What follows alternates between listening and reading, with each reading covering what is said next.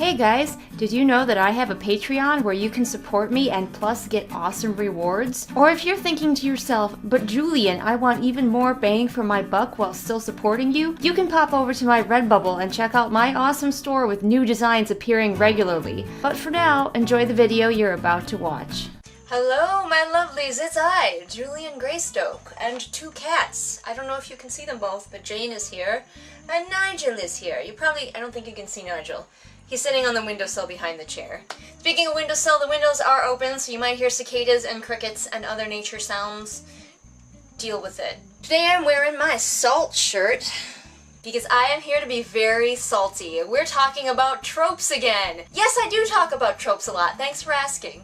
If you're curious about my thoughts about tropes in general and using them in your writing, links in the doobly-doo to a video all about tropes, friend or foe. But today we are back just to talk about more tropes that I hate. Because even though tropes can sometimes be very entertaining, we all have ones that we like and don't like. And all three cats are officially here. Here is Kinshu.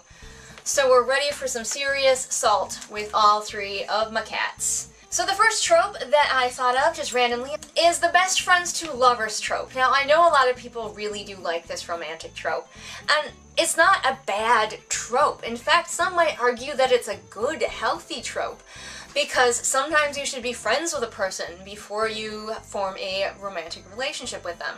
But it's just never been a trope that I like, and I can kind of see another side thing, a possible problematic side thing, which is an idea that you can become friends with someone to lead to a relationship. And if you are best friends with someone for a long time, it's naturally going to lead to a romantic relationship, which it is not. Friendship, my people, welcome to the Church of Julian. I'm gonna put some knowledge in you. Friendship does not, under any circumstances, mean that you are going to automatically get a romantic relationship later. And sometimes I do feel like this trope can lead people to think that if they are friends for long enough, put enough coins in the sex machine, that eventually they will be rewarded with a romantic relationship.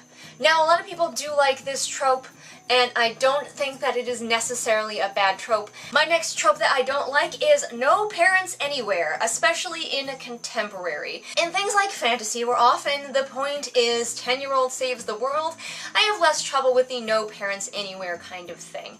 But in contemporary, when we're talking about the real world and real teenagers, their parents, their caregivers are an important part of their lives.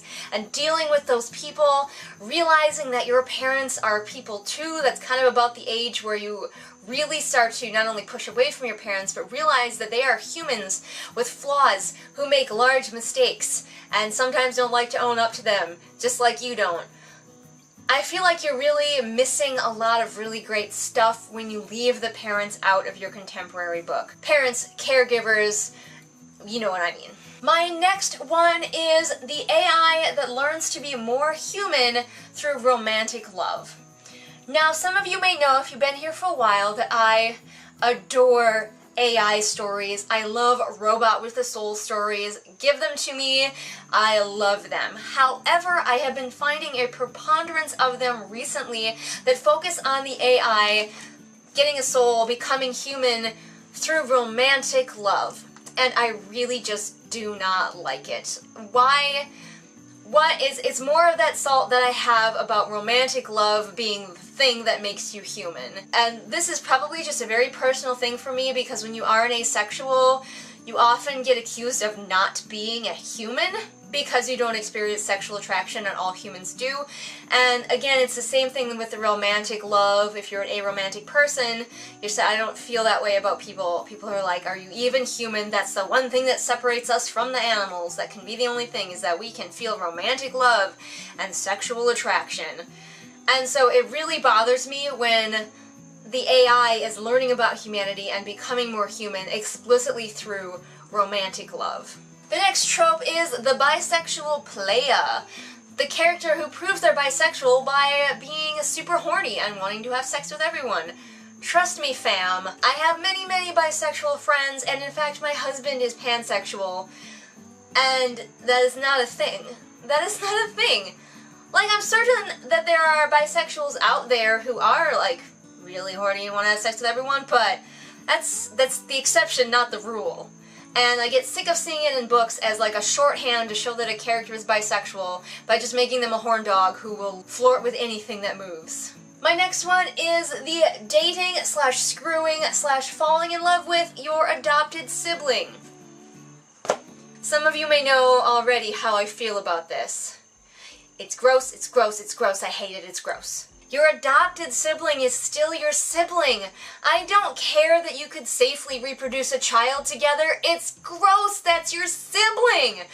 I hate it. If you like it, you do you, that's your jam, but I hate it. And finally, the last one on this list, and I'll probably just do these videos periodically as I think of more tropes that I like and hate, but the last one on this list is the wise child. The child who talks like an adult, the child who is wise beyond his years. Maybe they exist in the real world, but I have yet to find one. Occasionally a kid will say something that's pretty deep, but like not on purpose. I'm like, they don't talk like adults. Kids talk like kids. And it always bothers me in stories when you've got the wise child, the kid who talks more like an adult than the adults. Again, if you do like that, that's your thing, that's fine. I don't think it's a harmful trope, I just find it annoying. So there you go, those are more tropes that I don't like. As I kept reiterating, and I hoped that I made clear throughout this video, if you liked these tropes, you are not a bad person. These are just tropes that I personally dislike. You are not in my brain, you are not me, we're gonna like different things. Be calm. But if you have more tropes that you hate, please comment them below and let me know what they are, or if you have any videos of your own about tropes that you hate, I really want to watch them. As all of you probably know by now, I post new videos here Mondays and Fridays. All the links to my social media are in the doobly-doo, so you can go check those out, click around, have fun. If you liked what you saw here, my channel is chock full of content, so feel free to wander at your leisure. And if you wish that what you saw was higher quality, you can support me on Patreon, where all of my donations go towards getting me better equipment. Because for real, you guys, look at this. And I will see all of you again next time with whatever it is I happen to be doing next time. Bye! Hey everybody, it is shout out time. Time to shout out to my amazing patrons, Amanda, Kim, Lisa, Ramona, Sabby Panda, and Sarah. And if you want to be great like these awesome people, then become my patron over on Patreon.